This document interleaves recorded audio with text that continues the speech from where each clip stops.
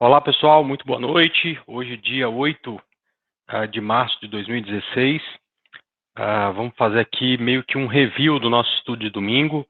Para quem não acompanhou, só para falar para vocês com detalhes, né? Eu comecei a fazer esse estudo há cerca de 5 anos e geralmente no final do ano, na semana entre Natal e Ano Novo, eu não indico nada para swing trade. Geralmente é um momento em que o mercado tem pouca liquidez, às vezes alguma volatilidade, mas geralmente pouca liquidez. Então, de praxe, nesses últimos 5 anos, a semana entre Natal e Ano Novo, a gente acaba não recomendando nada aí para o pessoal. Mas durante o mercado, né, durante a vida do mercado, durante o ano, todo ano, a gente sempre tem recomendações no Estude Domingo, às vezes 10, 15, 20 papéis aí indicados para compra ou de venda, e esse foi o primeiro domingo desde 2011 que eu não me senti à vontade para dar nenhuma recomendação de swing trade, justamente porque eu entendia naquele momento que os riscos, tanto de falar em compra quanto de falar em venda, eram muito grandes. E como a gente tem um compromisso muito sério de prezar sempre pela qualidade do que a gente faz, eu achei por bem aí não fazer nenhuma indicação e prometi para vocês esse review justamente para ver se na terça-feira a gente teria criado alguma condição de mercado. Falei também que poderia fazer algo na quinta-feira e acaba que não vou fazer na quinta, mas vou fazer amanhã. Então amanhã, a partir das 7 da noite, né, a gente vai estar aqui ao vivo no programa que a gente já tem toda quarta-feira, falando um pouco da condição de mercado, tá ok? Então, hoje a gente vai fazer um programa um pouco mais breve, geralmente aí os meus encontros duram algo em torno de 60 minutos, a gente vai fazer um programa mais curto, um programa aí de no máximo 30 minutos, para que todo mundo possa aí curtir o Dia da Mulher junto com a sua esposa, com a sua companheira, com sua filha, com a sua mãe, e, enfim, eu também vou acabar fazendo isso, tá? Mas eu queria mostrar para vocês o que mudou na condição de mercado do que a gente tinha no domingo, né, ou seja, antes de abrir o pregão de segunda-feira, para o que a gente tem hoje, tá? Eu vou pedir para vocês também, tem muita gente ainda que precisa dar um play aí no navegador, se vocês puderem escrever no chat que a gente já está online, que a palestra já está online, o pessoal da F5, eu agradeço, tá ok? Bom, vamos lá, deixa eu começar aqui a mostrar os gráficos e tentar explicar um pouco para vocês por que a gente não, por que eu não me senti à vontade para fazer recomendação no domingo. É justamente por conta desses 5 candles aqui, né? Parece uma escada aqui, um em cima do outro, todos eles aí com, esse aqui é o menor deles, com quase 2% de alta, né? A gente teve na terça-feira passada mais de 3%, na segunda-feira um pouco menos de 3%, na quinta-feira uma alta de mais de 5%, na sexta-feira algo muito parecido que acompanhou aí essa alta toda de mercado. Com isso, né, a nossa percepção é que o risco para iniciar novas compras depois de uma alta de 18% em uma semana era muito grande, que valeria a pena esperar por uma correção de mercado ou por uma lateralização de mercado para que pudéssemos pegar ou o final dessa correção mais aqui embaixo, ou até mesmo o rompimento dessa consolidação que seria criada aqui. Pois bem, se tivesse que fazer uma aposta, eu apostaria numa correção, né? Até porque nos últimos 5 anos, primeiro, a gente nunca viu um movimento tão forte como esse, e segundo, a gente nunca viu, depois de um movimento mais forte, o mercado continuar lá em cima, sempre tivemos uma correção. Pois bem, veio segunda-feira e o mercado, num determinado momento, mostrava que poderia corrigir, mas não corrigiu. Veio a terça-feira, o mercado mais uma vez mostrou que poderia corrigir e não corrigiu. Com isso, a maioria dos ativos continua com muito risco no gráfico diário. Deixa eu só escrever para o pessoal aqui. Pessoal, estamos online. É só dar F5 no navegador. Vamos lá, então acho que já está ok aí. Bom, então vamos lá, continuando aqui. O mercado continua, portanto, muito espichado para a maioria dos ativos e Portanto, a maioria deles ainda não tem uma condição boa de compra, se a gente for levar em conta o risco, né? Deixa eu dar um exemplo na Petrobras, né? Olha só a Petrobras no gráfico diário. Ela teve nos últimos 2, 3, 4, 5 candles uma alta de quase 50%, né? A análise técnica, ela serve muito para a gente se antecipar e pegar início de movimento. Então, me parece que depois de uma alta de 45%, não vale a pena, né, a gente iniciar uma operação, né? Já está na hora de quem pegou aqui embaixo, porque usou algum setup muito bom, inclusive, né, que conseguiu identificar essa alta, está caindo fora da operação e não entrando, perfeito? E dessa forma, a gente tem aí a maioria dos ativos. Tem ativos que estão até mais estranhos que a Petrobras, né? Olha só, Itube 4, né? Além de tudo, com gaps enormes e tudo mais, com uma volatilidade gigantesca, cai e sobe a todo momento no dia. Hoje, mais um dia em que foi muito parecido com isso, né? A gente tem aí, por exemplo, CSNA3, que quase dobrou de preço muito rapidamente, né? Se a gente pegar aqui, na verdade, mais do que isso, se a gente pegar aqui o dia 15 de janeiro e o topo que foi feito, ela subiu 176%. E a falta de vontade de fazer indicações é esperar que depois de um movimento como esse, a gente tenha também correções como essa aqui. Por isso que é mais difícil de fazer indicações nesse momento para gráfico diário, perfeito? Então, eu vou continuar para efeitos de prestação de conta de estudo de domingo, sem fazer nenhuma indicação mais séria aí do gráfico diário. Eu fiz um estudo aí de todo o Ibovespa e até de ações que não compõem o Ibovespa e percebi que 3 delas ainda têm alguma condição de operação no gráfico diário, mesmo com risco aumentado, valeria a pena a gente ficar de olho. Então eu vou começar falando exatamente desses 3 gráficos diários.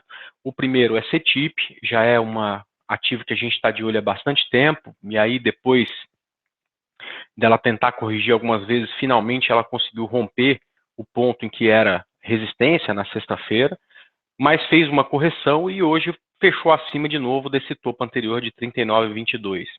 Essa aqui pode oferecer uma boa operação de swing trade, já que está em início de movimento, ou seja, se a gente tem consolidação de topo, se a gente sabe que estatisticamente consolidações de topo têm uma probabilidade maior de romper para cima, esse é um gráfico CTIP que está em início de movimento, que vale a pena aí ser observado, tá ok? O stop seria abaixo de 37,25 e o alvo lá em 45,13. O próximo ativo é um ativo que a gente até separou no estudo domingo de 2 semanas atrás, que é exatamente TRPL4, que tem uma resistência nesse topo. E como eu gosto aí, tem a mania de comprar sempre acima do final zero, coloquei uma compra a partir dos R$ 48. Também é uma que não se mexeu tanto com essa euforia de mercado e acredito que se, mesmo com o mercado lateral, ela pode ganhar força e romper esse topo, portanto, dar uma boa entrada com stop abaixo de 45,30 e alvo em 56,10. E a terceira é uma que, depois de uma queda muito forte, onde inclusive foi possível aproveitar algumas oportunidades da tendência de baixa, ou seja, foi possível aproveitar algumas oportunidades de venda e, portanto, aluguel do ativo, tem aí um indício de reversão de tendência, né? Deixa eu colocar aqui Brasfoods junto com o difusor de fluxo, para vocês terem uma ideia do que eu estou falando, né? Olha só, depois de muito tempo, esse indicador aqui embaixo, que mostra aí aumento de fluxo comprador ou vendedor, está cruzando para cima. Então, a linha laranja cruzou a preta para cima, que já está acima, e a linha vermelha já está acima das outras duas, né? Desde que antes, né, de começar a cair, a gente não tinha essa condição. Ó. Enquanto o preço estava lá em cima, o difusor já tinha cruzado para baixo. E depois dessa forte queda, que trouxe ela dos 70 até os 46, agora recuperando um pouco, é o primeiro momento que a gente tem o cruzamento aí dessas linhas novamente para cima. Então, a gente tem também em Brasfoods uma condição de reversão de tendência se ela conseguir romper essa região de R$ 54, tá? Stop abaixo dos 50,68, uma alva aqui em 63,95. Agora, muita gente, né, de certa forma, para esse momento, tem encurtado as operações justamente para tentar aproveitar o movimento que tem acontecido com muita frequência no gráfico de 60 minutos, né? Então, se por um lado o Ibovespa simplesmente começou a subir no gráfico diário e não deu chance para quem gosta da reversão de tendência, no gráfico de 60 minutos, olha só, todas as vezes que ele veio perto de uma média móvel, né? Primeiro aqui foi a reversão, depois aqui ele veio na média, subiu, veio na média, subiu, veio na média, subiu, veio na média, subiu, veio aqui na média, brigou um pouco, mas acabou subindo. Então, todas as vezes que ele encosta perto das médias, ele tem rompido o topo e ido-se embora, né? E a maioria dos nossos ativos também fez esse movimento, né? Então, a gente teve movimento parecido com Petrobras, com Vale, com as siderúrgicas, com CEMIG, com Eco-Rodovias. Então, foi muito interessante surfar esses movimentos de 60 minutos. E nos 60 minutos, eu já enxergo uma série de ativos que estão, assim como o Ibovespa, passando por uma consolidação como essa. Por que eu gosto desse tipo de consolidação? Bom, como a gente só vai operar o rompimento da consolidação, se o mercado corrigir e cair a partir daqui até a média mais embaixo, que é exatamente a média de 72 períodos, ok, a gente só não vai comprar, mas também não vamos estar comprado na consolidação, o que já é muito bom. Então, se corrigir a partir daqui, a gente não vai perder dinheiro. Mas, estatisticamente, consolidação de topo tem uma probabilidade maior de romper para cima, da mesma forma que consolidação de fundo tem uma probabilidade maior de romper para baixo. Então, se a gente tiver o rompimento desse ponto, é natural que o Bovespa consiga desenvolver mais uma alta. E isso pode acontecer em alguns ativos que compõem o Bovespa. E eu separei alguns deles para mostrar para vocês, tá? Que são ativos que, no meu entendimento, têm uma boa condição de alta, desde que rompa essa consolidação dos 60 minutos. E é claro, eu não vou mudar a minha estratégia para pegar uma perna de mercado. Então, eu gosto do gráfico diário, eu vou permanecer lá, mas para quem gosta do gráfico de 60, esses ativos que eu vou mostrar aqui podem oferecer boas operações. Tá? O primeiro é Cielo, ele já está aí há muitos pregões, né, pelo menos os 3 pregões, consolidando aqui nessa região. Acredito, até coloquei o stop um pouquinho abaixo desse fundo aqui, por ficar também abaixo, um pouco abaixo dessa média. Acredito que no rompimento de R$ 36,00 a gente tem uma boa possibilidade de compra em Cielo, com stop abaixo dos 35 e uma alvo aqui em 39. O segundo ativo é CEMIG. Esse ativo eu já dei uma compra nele aí aqui mesmo nesses eventos que a gente faz aqui na Infomoney, no rompimento aqui, deixa só aqui carregar os dados aqui, tá? A gente falou de compra nesse ativo no rompimento de 6,39. Vamos ver se carrega aqui para a gente. Vamos lá. Então, deixa eu colocar aqui no gráfico diário.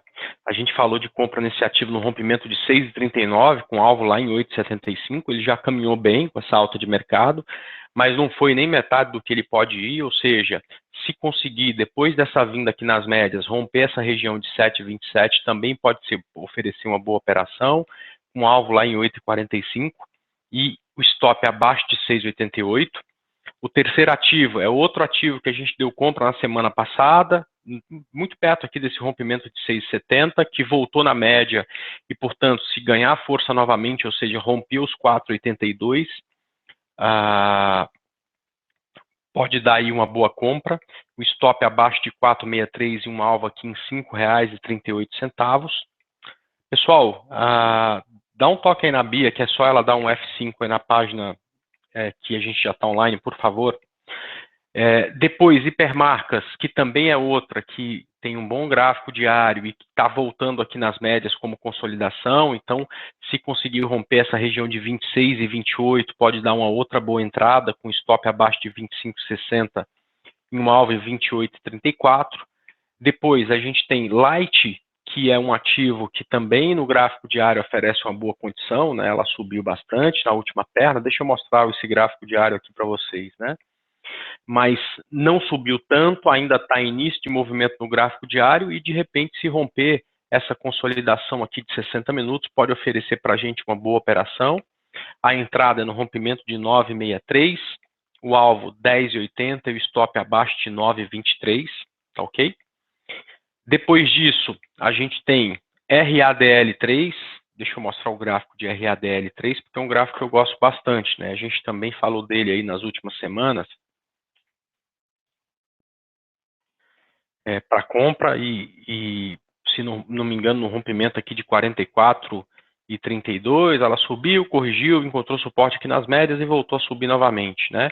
Olha só o gráfico de 60 minutos, tem uma consolidação também na região de médias móveis, no rompimento de 48, portanto, a gente consegue uma boa operação com stop abaixo de 46,36 e um alvo aqui em R$ 52,93. E para finalizar a nossa grade de ativos, tem também Sabesp, que é uma que passou nos últimos dias por uma correção bem interessante, deixando suporte aqui na região de médias móveis, e que, portanto, no rompimento desse ponto aqui, que é 23,04, a gente tem a possibilidade de compra, e o alvo seria 24,51, com stop abaixo de R$ 22,54. Perfeito? Alguém está comentando que em hipermarcas o difusor está para baixo. Perfeito. Quando a gente tem possibilidade de reversão de tendência, esse difusor é muito importante, né? Então, eu falei, por exemplo, para vocês de Brasfoods, né? BRFS3, tá? Então, olha só, Brasfoods está tentando uma reversão de tendência. Então, a posição de difusor é muito importante. No caso da hipermarcas, né, é outro tipo de trade, né? É outro tipo de estratégia. Nessa estratégia de correção nas médias, você pode simplesmente nem deixar o indicador no gráfico, justamente porque ele passa a não ter nenhuma importância. Quando o mercado tem tendência e não dá sinais de reversão, a única coisa que importa é o preço e aonde ele está e qual o nível de risco que você tem naquele momento. O indicador, aliás, qualquer indicador, durante a tendência, dá uma série de sinais falsos. Por isso que eu não gosto de utilizá-los. A única coisa que eu uso é uma média, que nem é um indicador, né? Os outros são sempre uma composição de algumas médias, mas a média móvel, na verdade, é uma média do preço. Então, ela segue muito perto do preço. Então, neste caso aqui, a gente nem precisa da bola para o difusor, para esse indicador ou para qualquer outro indicador, tá ok? Tem muita gente pedindo, né? O terceiro ativo que eu falei foi Brasfoods, tá? No rompimento de 54, com stop abaixo de 50,68 e um alvo aqui em R$ 63,95, ok, Dutti? Ah,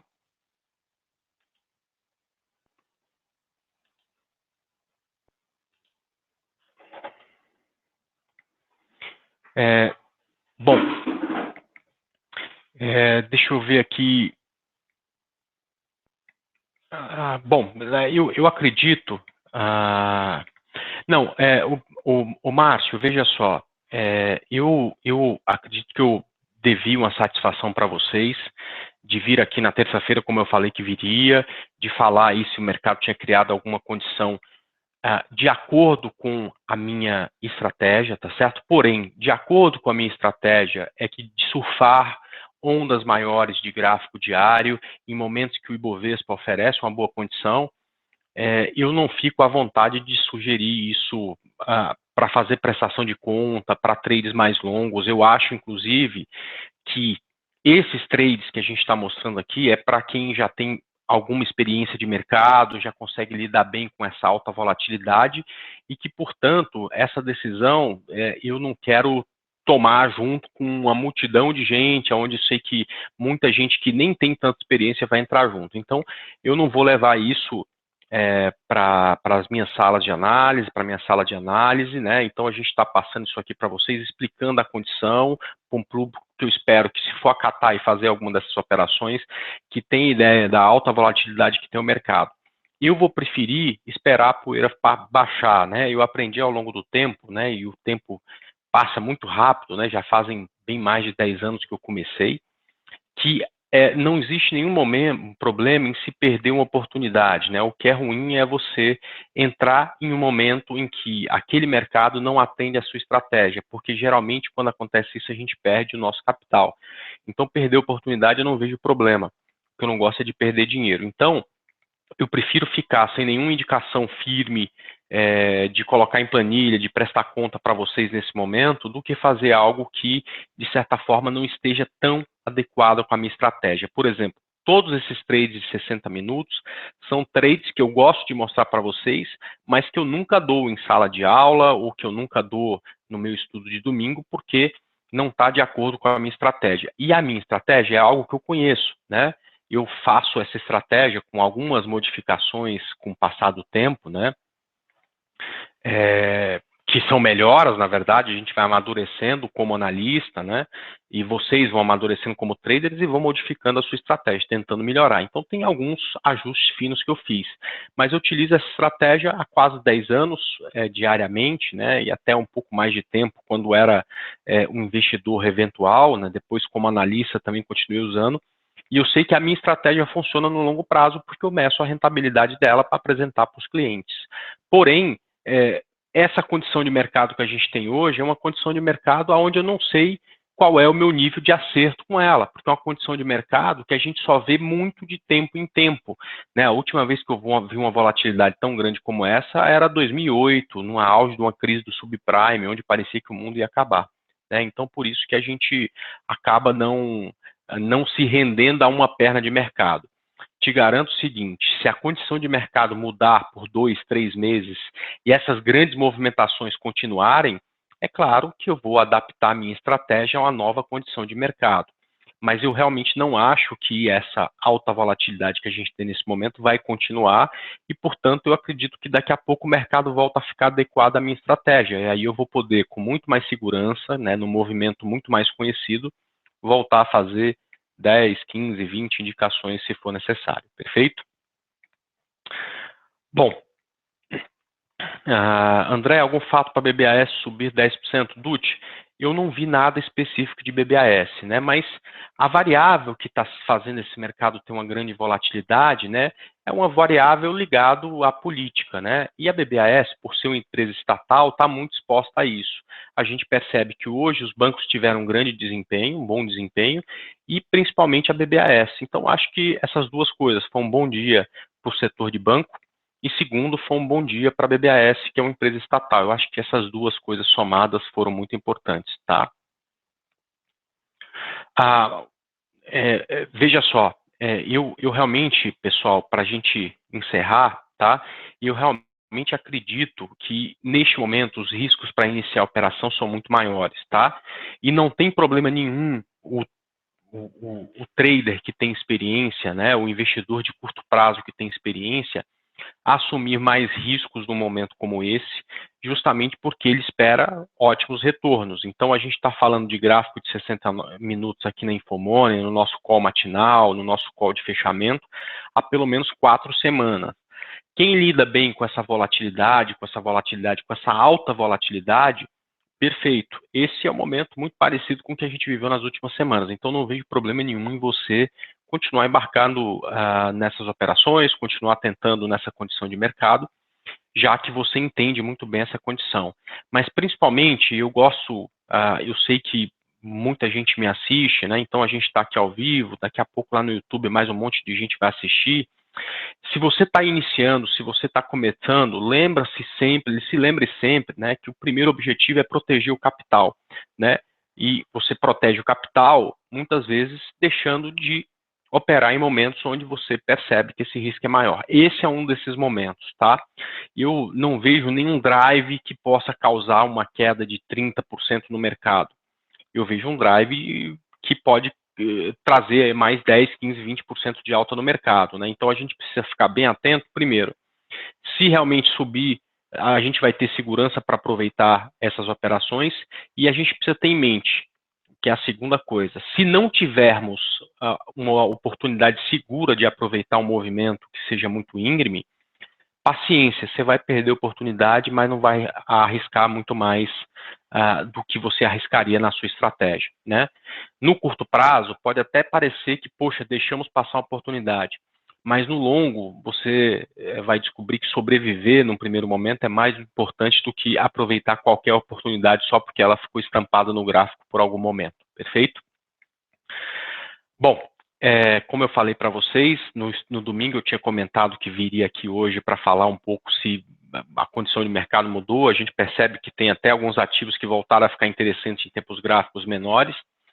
Eu falei que provavelmente voltaria na quinta, mas como eu falei para vocês, eu vou aproveitar amanhã a hora do trader, que é um evento que acontece às 7 da noite aqui, toda quarta-feira aqui na Infomoney, para fazer mais um review dessa semana. Agradeço muito a presença de vocês e torço aí para que todos possam ter uma boa semana de operação, de operações, tomara, né? E, enfim, amanhã a gente está de volta. Para quem não puder assistir, domingo às 10 da noite tem mais o Estúdio Domingo. Um abraço, pessoal, e até lá. Tchau.